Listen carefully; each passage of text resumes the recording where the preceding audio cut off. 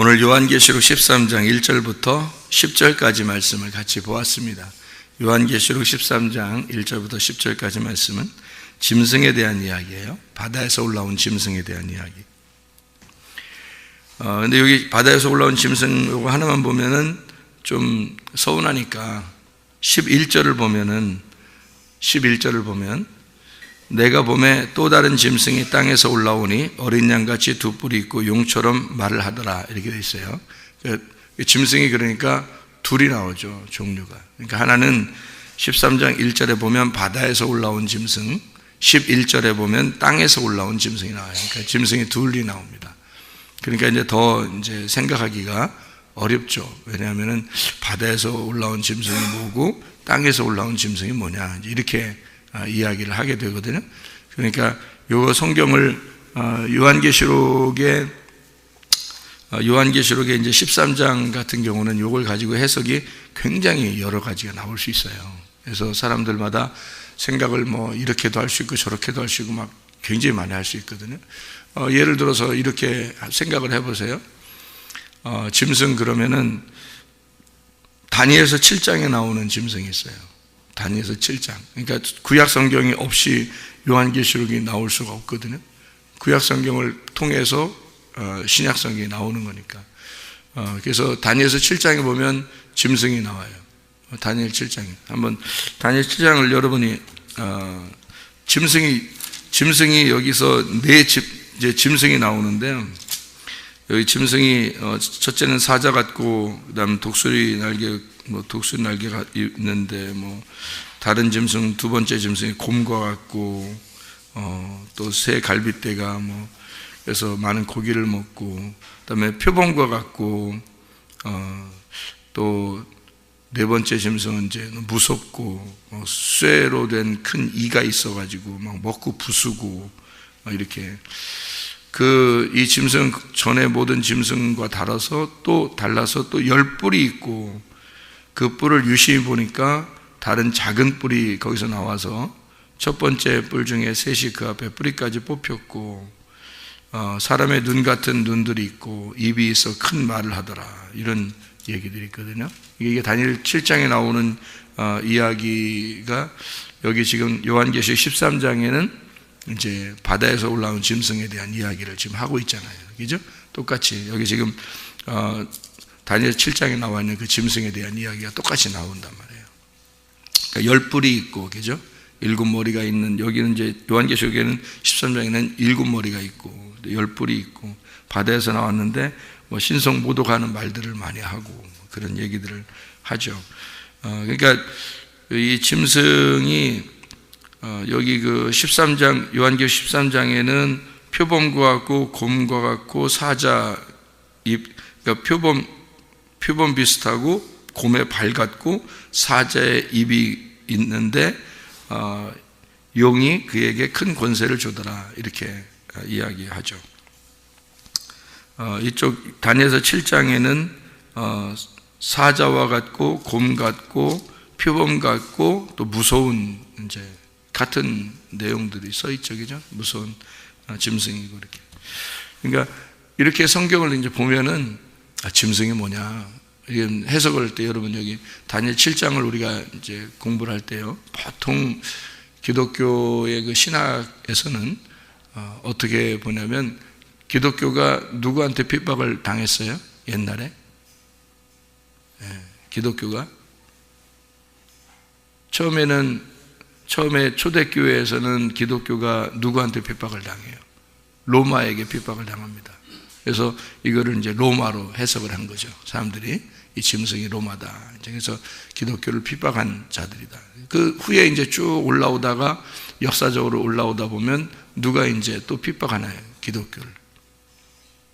중세에는 천주교가 핍박을 하잖아요. 그래서 기독교를 천주교가 죽이거든요.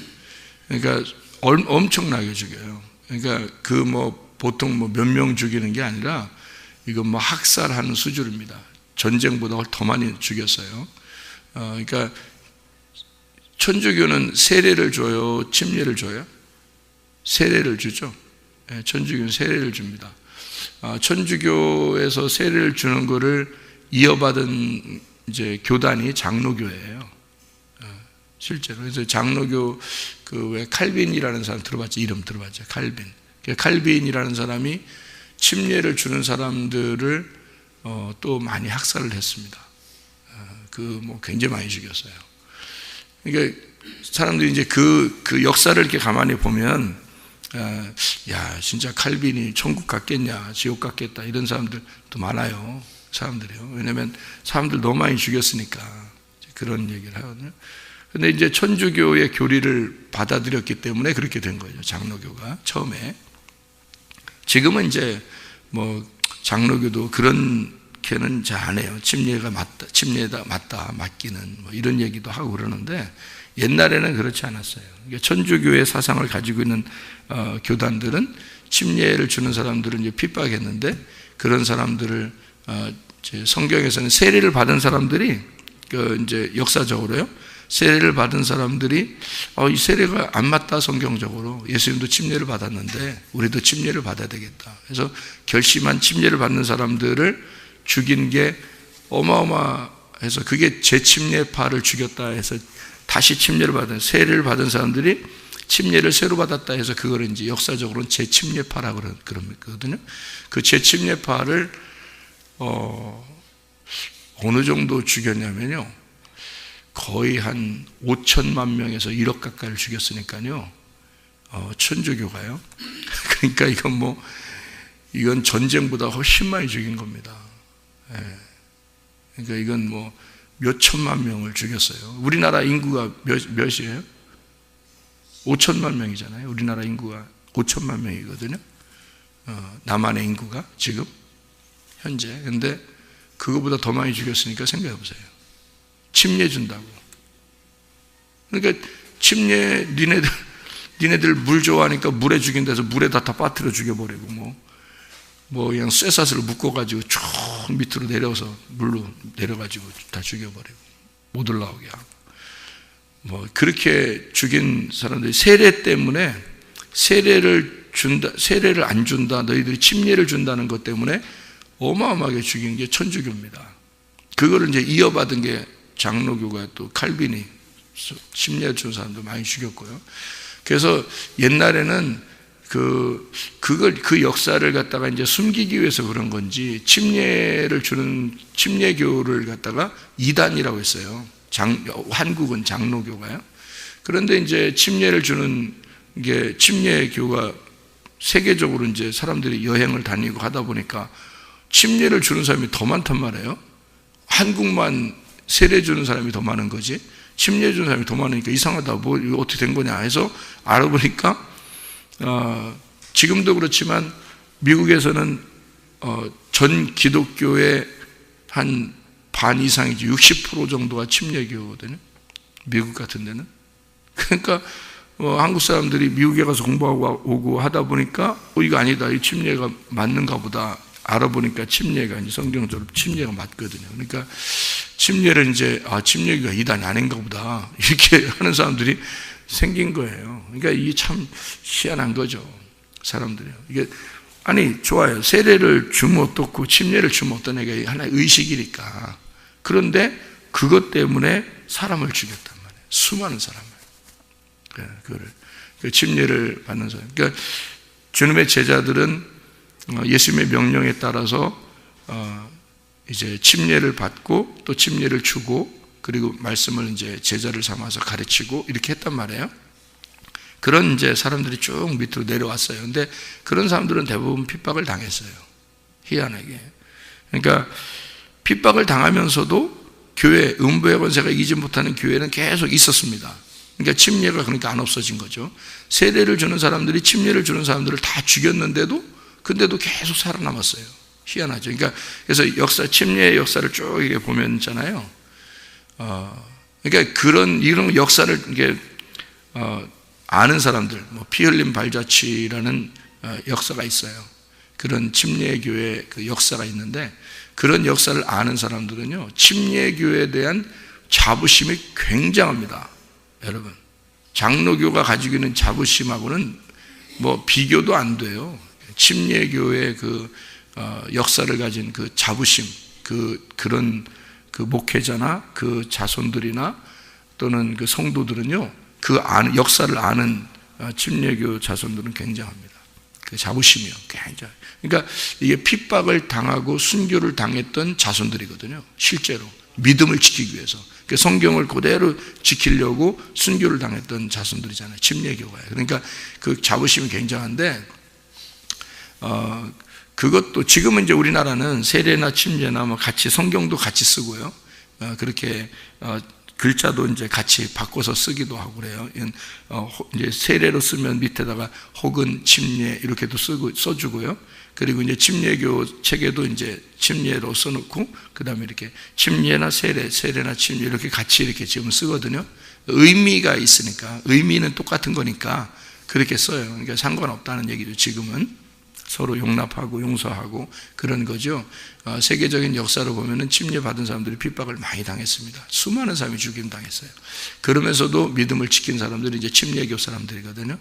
그 뭐 침례교를 자랑하자 그런 의미가 아니고, 어쨌든 그렇게 보면은 여기에 짐승은 누가 되겠습니까? 장로교 시대에 칼빈이 사람들을 스코틀랜드에서 침례를 준다고 죽인 사람들이 굉장히 많은데, 그때는 누가 적그리스도가 되겠어요? 칼빈이 적그리스도가 되는 거예요. 이쪽 반대에서 죽임당하는 사람들이 성경을 보는 사람들은요, 장로교가 적그리스도가 되는 거예요. 그렇게 되면. 그리고 천주교 시대에는요, 천주교 시대는 천주교가 기독교를 죽였다니까요. 침례를 준다는 것 때문에 죽인 거예요, 여러분. 그게요. 그러니까 천주교의, 여러분 역사적으로 그 세계사나 공부할 때 보면 천주교가 기독교를 핍박했다 이런 얘기 들어봤어요? 그런 얘기 들어봤을 건데, 역사죠. 세계 역사에서요. 근데 천주교가 그 기독교를 핍박했다, 죽였다는 게 누구 죽인 거예요? 어떤 교단을, 어떤 사람들을 죽였다? 모르잖아요. 그냥 기독교를 죽였는가 보다 그러죠, 여러분. 그렇지 않아요. 천주교는 유아 세례를 줍니다. 근데 기독교는 원래 초창기부터 유아 세례가 없었어요. 성경에도 없었고 유아 세례는 없었어요. 근데 천주교가 유아 세례를 주니까 장로교가 그걸 그대로 받아들였거든요.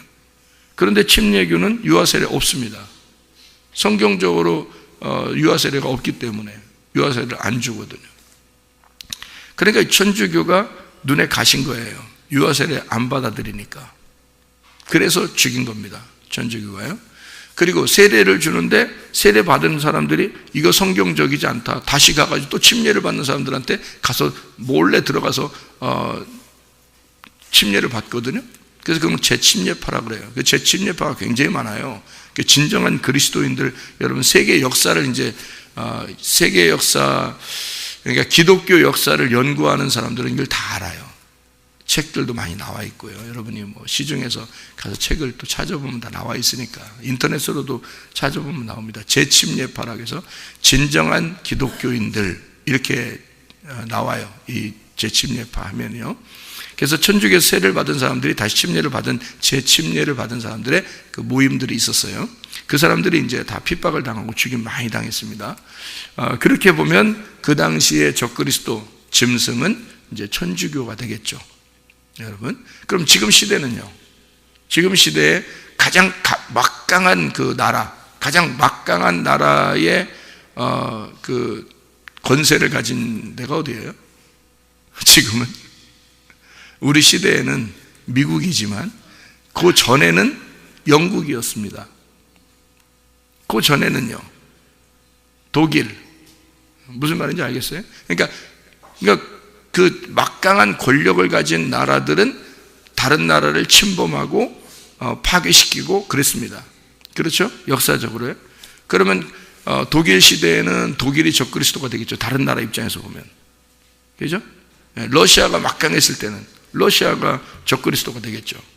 영국이 막강했을 때는요, 다른 나라를 다 점령했잖아요. 영국이 해가 지지 않는 나라가 되어버렸잖아요. 그렇게 할 때는 다른 나라, 핍박을 당하는 나라들에서는 노예로 잡혀가기도 하고 막 이러잖아요. 그 영국 한 나라를 위해서. 그죠? 아프리카 이런 사람들은 막 노예로 잡혀가고 막 그랬잖아요. 그때는요, 신분이 정확하게 딱 구분됐습니다, 신분이요. 그래서 절대 복종하는 그런 노예들을 해서 지금은 해방 다 됐잖아요. 그러니까 영국이 그런 나라이었을 때는 그 노예들 입장에서 어땠을까요? 그 나라가 적그리스도인 거예요. 짐승인 거예요, 그 나라가. 여러분, 지금은요, 무역전쟁 딱에서 선포해가지고 무역전쟁하고 지금 미국이 자리를 탁 틀고서 무역전쟁으로 탁탁 공격하니까 어떻게 해요? 꼼짝 못합니다. 다른 나라들 지금 망하고 있어요. 그냥 막 망합니다. 여기에 걸려들면 그냥 다 죽는 거예요. 무역전쟁으로 딱 발을 딱 뻗쳐버리면요. 그래서 지금 보세요. 미국하고 딱 상대에서 반대로 딱 돌았으면 무조건 무역전쟁으로 딱 들어가거든요. 그러면 그냥 폭삭해버립니다.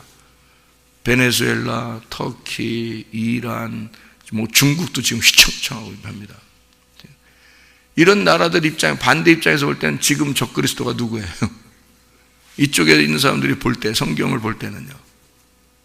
망하는 나라의 입장에서 볼 때는 미국이란 나라가 지금은 적그리스도의 나라가 되는 거예요. 자, 그러면 시대마다 다 달라졌네요.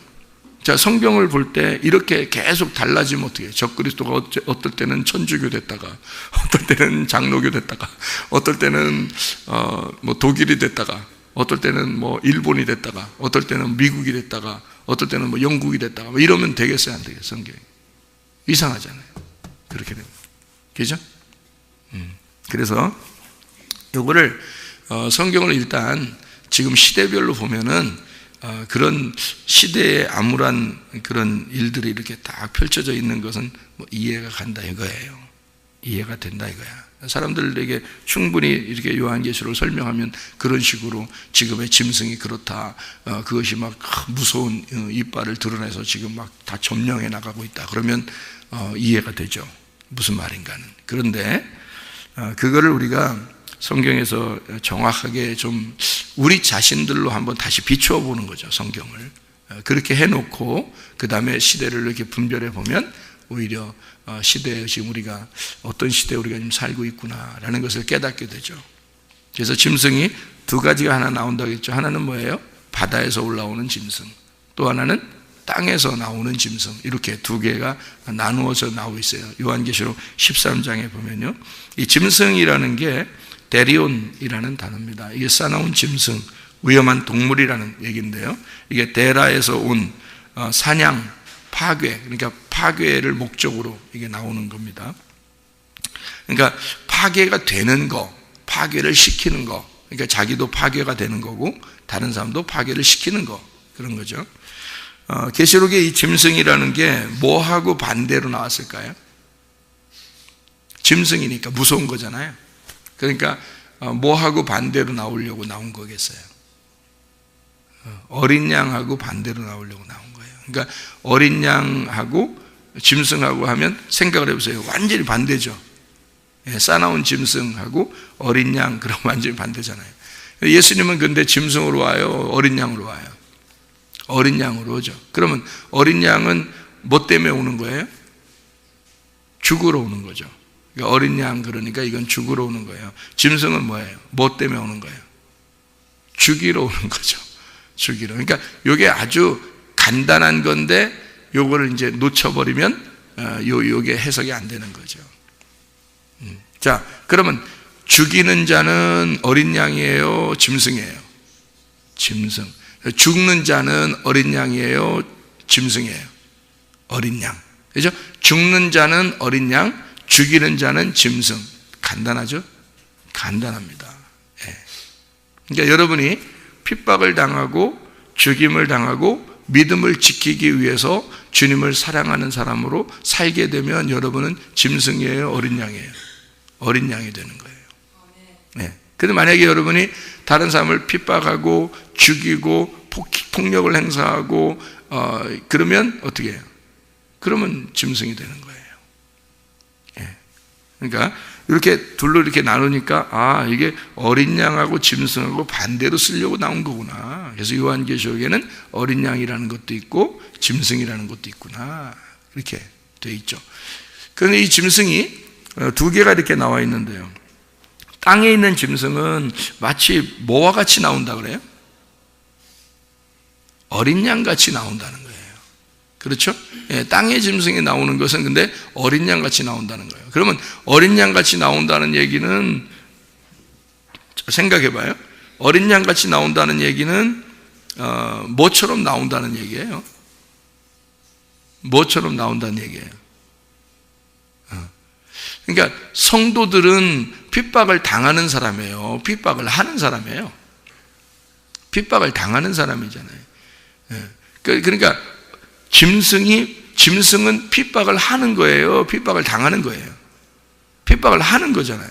짐승은 핍박을 하는 자인데 핍박을 당하는 성도들처럼 나온다는 얘기예요. 그러니까 이게 속인 거예요? 아니면은 진실하게 나온 거예요? 속인 거죠. 그러니까 속이는 자라는 말입니다. 속이는 자. 속이는 자가 성경에 나오는데 뭐죠? 속이는 자가 성경에서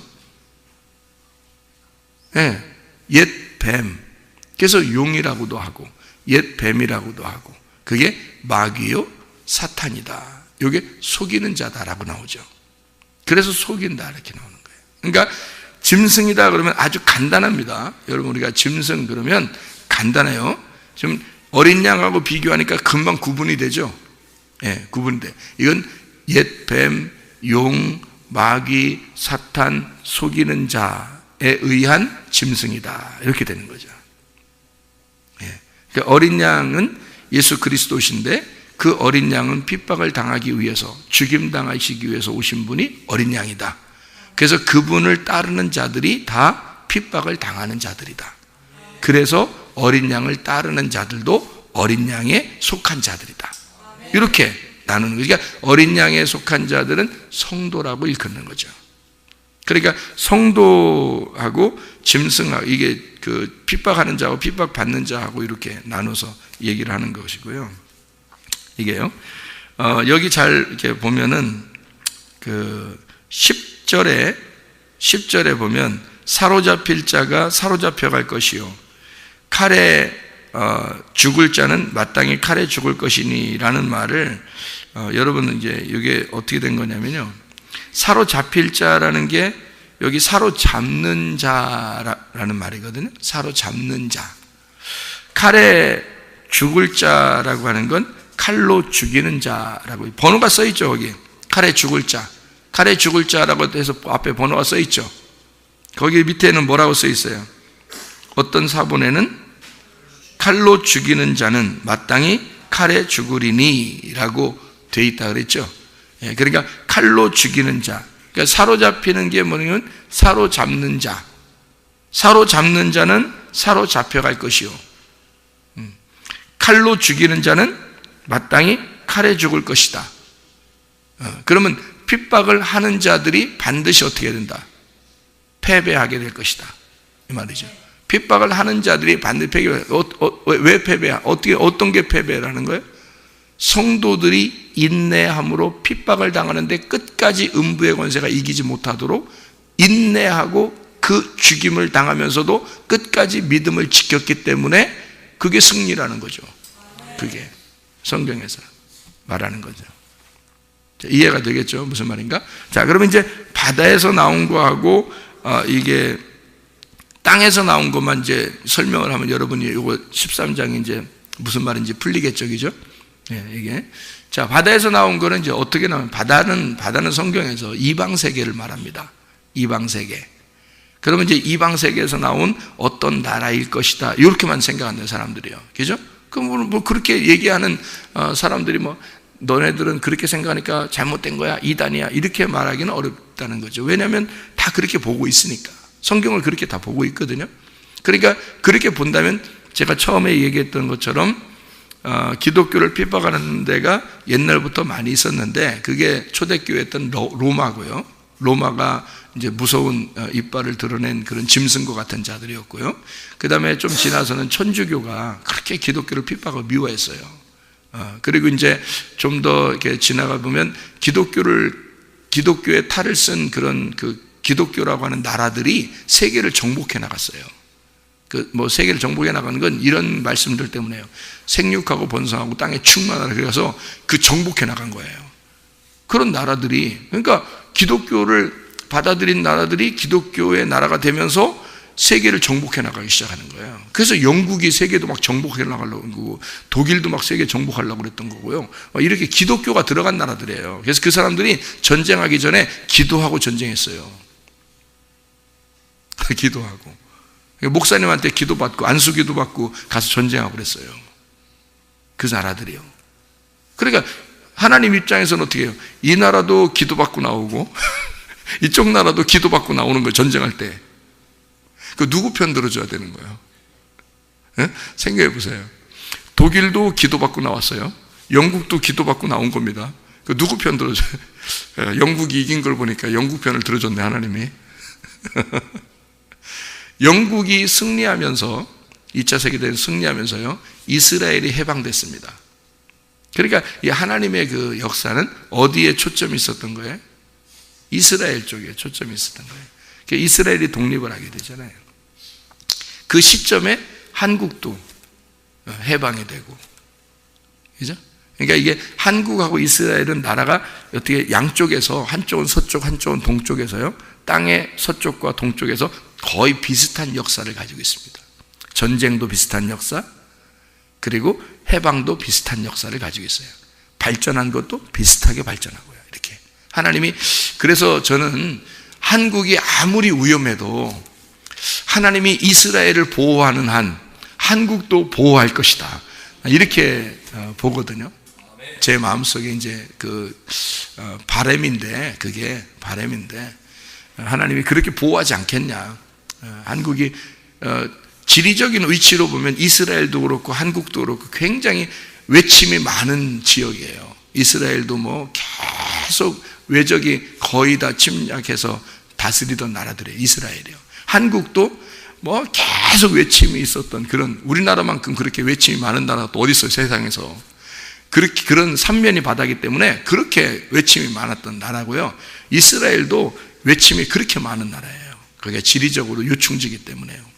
그런데 양쪽에서 하나님이 그런 나라들을 단련시켜서 마지막 때에 그 하나님의 그 마지막 그 사역자들로 이스라엘과 한국을 쓰지 않겠나, 이런 생각을 갖게 되고, 하나님이 보호하신다. 하나님이 보호하시기만 하면은 되는 거거든요.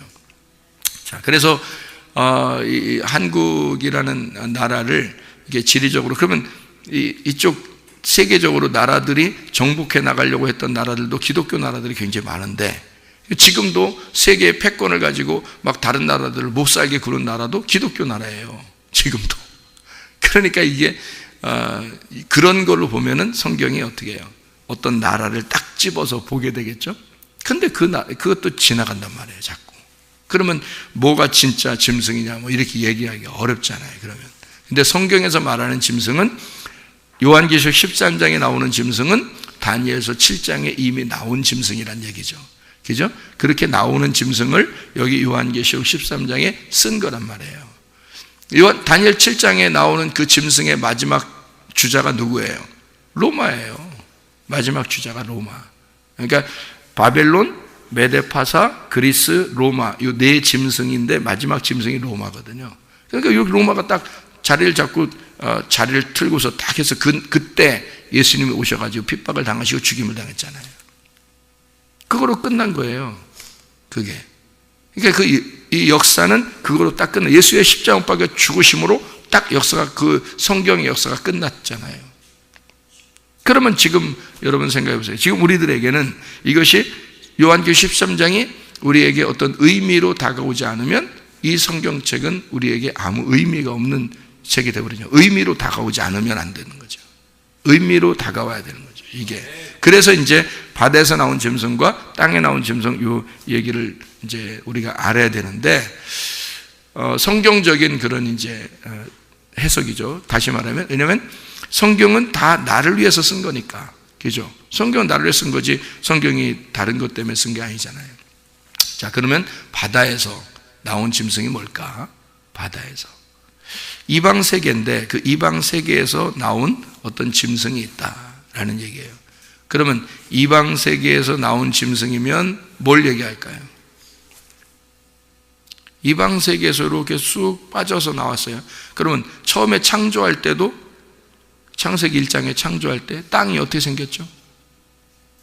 땅이 바다에서 이렇게 올라왔잖아요. 그죠? 그럼 땅이 처음에 바다에서 올라왔고 이방 세계에서 이렇게 올라온 바다에서 이렇게 올라온 짐승, 발이 4개, 발 4발 가진 짐승, 발 4개를 했다면 4 모퉁이가 있다는 얘기거든요. 4발이 있으니까 4 모퉁이가 있고 바다에서 올라온 4 모퉁이를 가진 거, 이게 바다에서 올라왔는데 땅인데 4 모퉁이를 가졌어요. 창세기 1장은 그 뭐예요? 창세기 1장 2장 보면, 창세기 1장 2장에 보면 뭐가 나왔어요? 바다에서 올라온 게 에덴 동산이잖아요. 에덴 동산이 어떻게 생겼어요? 동그랗게 생겼어요? 세모나게 생겼어요? 네모나게 생긴 거예요. 그래서 성경에는 마태복음 13장에는 밭이라고 하는 거예요. 밭. 그 안에 보화가 없으면 밭은 짐승이 되는 거예요. 4발 가진 짐승이 되는 거예요. 그러니까 보세요. 여기서 말하고 싶은 그 짐승의 이야기는 뭘 얘기하고 싶은 거냐면, 뭐를 보면 딱 이해가 되냐면요, 요한계시록 11장을 보면 이해가 되는 겁니다. 11장의 8절을 봐요. 11장 8절. 자, 뭐라고 되어 있어요? 그들의 시체가 큰 성 길에 있으리니 그 성은 영적으로 하면 소돔이라고도 하고 애굽이라고도 하니 곧 그들의 주께서 십자가에 못 박히신 곳이라. 예수님 십자가 못 박히신 곳이 어디예요? 예루살렘이죠. 그러면 자, 소돔과 애굽, 예루살렘 같은 거네. 여기 지금 금방 써 있잖아요. 예수님이 십자가 못 박히신 곳이 어디라고요? 예루살렘이라고. 그런데 그게 애굽이고 소돔과 같다. 그럼 뭐예요? 자, 바다에서 올라온 짐승이 있는데 이게 예루살렘과 같다, 이 말이에요. 이게 하나님의 성전과 같다, 그 말이에요. 그래서 성전에서 말하는 이런 것들이 다 더러운 짐승의 말이, 용의 말이 될 수도 있다는 얘기예요. 이게. 자, 성막이나 성전을 얘기할 때 그거를 땅이라고 그래요. 땅. 하나님의 땅. 하나님의 땅을 성전, 성막이라고 이렇게 말해요. 그러면 성막 밖에는 뭐예요? 바다인 거예요. 바다에서 올라오면 땅이 되거든. 요 땅이 되는 그 땅에서 뜰 성소, 지성소가 있는 거예요. 3단계가. 그게 어떻게 네모나게 생겼어요, 다. 그래서 4발 가지고 있다고요. 그러니까 바다에서 올라온 땅. 그 사람들은 이거를 뭐라고 생각했을까? 여러분은 아마 상상을 못 할 거예요. 여러분은 지금 우리 시대에 살고 있으니까 상상을 못 하는데, 유대인들이나 예수님 시대에 유대인들을 생각해 보세요. 예루살렘에 사는, 예수님 시대에 사는 사람들을, 성전을 어떻게 생각했겠어요? 여러분, 그게 신이야. 그게 신인 거야. 근데 예수님이 와가지고는 성전을 뭐라 그랬어요? 이거 돌 하나도 돌 위에 남지 않고 다 무너질 것이다. 이 성전은 나를 가리키는 거야. 이렇게 얘기했어요. 그래서 이걸 다 무너뜨릴 거야. 그러면 나를 가리키는 거야 라는 얘기는 진짜 예수님이 어떤 거라는 거예요? 내가 너희들이 신처럼 섬기고 있는 너희들을 위해서 내가 왔다 이거야. 그래서 내가 죽어버릴 거야. 그러면 돌 하나도 돌 위에 남지 않는 거지. 그럼 내가 죽어버릴 거야. 그러면 그게 끝난다는 얘기 아니에요. 그죠? 자기들은 신처럼 숭배하고 있었는데 이 성전을, 근데 예수님이 다 무너뜨려 버린대. 그래서 3일 만에 부활시킨대. 이걸 새로 짓는데. 그러니까 자기들이 오직 성전에서만 예배를 드리고 있었는데 하나님이 보실 때는 그걸 뭐라고 생각했다고요? 그 성전을 지키기 위해, 사람들이 성전을 지키기 위해서 그 수많은 사람이 제사를 지내러 오고 어려움 가운데 오고 이렇게 하는 거를, 이 성전을 지키는 자들이 그 사람들을 핍박한다고 생각한 거예요. 하나님이 보실 때는. 그래서 너희들이 왜 이런 피의 제사를 드리느냐 라고, 너희들은 살인하는 자들이다, 사람들의 피를 쭉쭉 빨아먹는 자들이다, 이 나쁜 놈들아, 이렇게 성전에 있는 자들을 예수님이 와가지고 욕을 한 거예요. 여러분, 성전에서 일하는 자들을 다 욕하는 거죠, 예수님이요. 예수님이 와가지고 거기서 매매하는 자들이 다 누구예요? 제사장들이에요. 그 제사장들을 갖다 다 쫓아낸 거예요. 예수가 주인이니까, 주인이 오니까 가짜들은 다 나가라 이거예요. 예. 그러니까 보세요. 바다에서 올라온 짐승이 있고 그것을 사람들은 신으로 여겼어요. 요한계시록 시대만 해도 그랬어요. 신으로 여겼다고요. 그런데 땅에서 또 올라온 짐승이 있네요. 그게 이제 사람들을 핍박하는 거야. 그게. 바다에서 올라온 짐승은 입으로 말만 해요. 그런데 땅에서 올라온 짐승은 사람들을 진짜 핍박해버려요. 그래서 바다에서 올라온 짐승이 있는데 땅에서 올라온 짐승이 또 있다는 거예요. 그러면 땅에서 올라온 짐승이라는 말은 뭐예요? 바다에서 올라온 성전 안에 이게 땅이죠? 이 성전이 땅인데 그 땅에서 나온 짐승인 거야. 이게 누구겠어? 이런 짐승 같은 놈, 이렇게 되는 거죠. 이런 짐승 같은 놈. 그러니까 하나님의 말, 어린 양의 말, 예수 그리스도의 말이 아니라, 진리의 말이 아니라 다른 말을 하는 자란 말이에요. 그게 이 짐승이라는 거죠. 그러니까 자, 무슨 말인지 요약이 됩니까? 바다에서 올라온 짐승, 그 안에 땅에서 나온 짐승이 있다는 거지. 그게 사람들을 핍박하는 거예요. 그렇게 보면 이제 이단들이 교회 목사들을 갖다가 상당히 안 좋게 보죠. 그게 딱 들어맞는 것처럼 여겨지잖아요, 이게 또. 근데 목사들이 다 거짓 선지자인가요? 그렇지 않아요. 성경을 많이 몰라도 진실하게 하려고 하는 분들이 많습니다. 기독교 목사들 중에서요.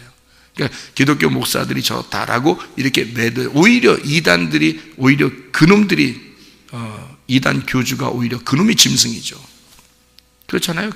그 사람들, 수많은 그 순진한 사람들 꼬드겨다가 거기서 이게 자기 마음대로 해버리니까 그게 오히려 짐승이죠. 자기는 나쁜 놈인 줄 모르고 다른 사람들 욕한단 말이에요. 그 나쁜 놈이에요. 오히려 이단 교주들이 짐승입니다. 이단 교주를 비롯해서 거짓을 말하는 자들, 이게 짐승이라고요. 거짓을 말하는 자들. 그러니까 거짓을 얘기하면 안 되는 거예요. 진리를 말해야 된다는 거죠. 오직 우리는 하나님의 말씀만을 얘기해야 된다. 그러니까 교회가 성전이고, 이 성전은 바다에서 올라온 거고, 하나님이 음부의 권세가 이기지 못하게 만들어 놓은 하나님의 진짜 교회가 있다는 거예요. 그 나머지는 다 음녀의 교회란 말이에요. 그러니까 뭐 교황청을 비롯해서 다 음녀의 것들이에요, 다. 그러니까 진짜 교회를 빼놓고 나머지, 그래서 교회를 자꾸 핍박하는 거예요. 진짜 교회를 핍박하는. 그래서 진짜 교회가 마지막에 뭐 부흥할 것이다, 잘 될 것이다, 이거는 헛소문입니다. 그럴 수가 없어요. 마지막 때가 딱 되면요, 진짜 교회는 핍박을 당하게 되어 있습니다. 진짜 교회는. 여러분과 저도 마찬가지예요. 마지막 때가 되면 우리를 뭐 굉장히 누가 좋아할 것 같습니까? 그렇지 않아요. 핍박을 감수하고 주님을 믿는, 그래서 인내로, 여기에 성경에 보면 10절에 보면 성도들의 인내와 믿음이 여기 있느니라, 이렇게 되어 있는 거예요. 성도들의 인내와 믿음이 여기 있느니라. 왜냐하면 인내와 믿음으로 이걸 지켜내야 되니까. 왜냐하면 너희들을 핍박하고 죽이는 자들이, 너희들을 못살게 굴고 너희들을 핍박하는 자들이 결국 그들이 패배할 것이니까 기다려라, 인내하고 기다려라, 그러는 거잖아요. 주님이 우리와 함께 하니까. 어린 양은 죽임당하려고 있는 거예요. 짐승은 죽이려고 있는 거고요. 신부하고 음녀가 반대입니다, 요한계시록에는. 그래서 신부는 깨끗한 거룩한 하나님의 백성이고 핍박을 당하는 자들이에요. 그 음녀는 다른 사람을 핍박하는 더러운 여자예요. 이게 성경에서, 그러니까 음녀와 신부가 딱 구분돼서 신부만 천국 가는 겁니다. 예, 음녀는 지옥 가는 거고요. 그래서 음녀와 신부를 딱 나누고요, 어린 양과 짐승을 딱 나눠서 얘기하려고 하는 거예요. 여기서 무슨 말인지 속이는 자, 어린 양같이 나오는 자, 속여요. 마치 자기도 성도인 것처럼, 자기도 하나님의 종인 것처럼 그렇게 다 속여요. 그게 이단 교주들도 그렇잖아요. 기독교 목사님들 중에서도 성경을 모르면서도 자기가 그렇게 안다고 그렇게 하는 사람들도 있잖아요. 그러면 엉뚱한 얘기들을 전하게 되죠. 그 엉뚱한 얘기를 전하면 밑에 성도들은 순진하게 다 받아들여요. 그렇구나, 그런 말이구나. 그러니까 기독교 국가에서도 세계를 정복해 나갔죠. 그게 가능했던 겁니다. 성경대로 하자고 하면서 자기들은 그런 거예요. 근데 성경대로 한 게 아니라 다른 나라를 핍박한 거죠. 그렇게 보면 그게 잘못된 겁니다. 그러니까 성경을 잘 못 이해하면, 성경을 자기로 거울로 자기를 비추는 것으로 보질 못하면 이 성경은 진짜 그 어린아이가 뭣도 모르고 술 취한 자가 가시나무를 들고서 흔드는 것과 똑같아요. 이 성경이요. 그런 걸 선악과라 그래요. 선악과 먹은 자들, 생명나무 먹은 자가 돼야 되고요. 우리는 이 말씀을 통해서 나를 비추고 영혼을 살리는 일에 우리가 하나가 되셔야 합니다. 주님의 마음과 하나 되시고 오늘도 주님과 동행하다가 승리하시기를 바랍니다. 기도하겠습니다.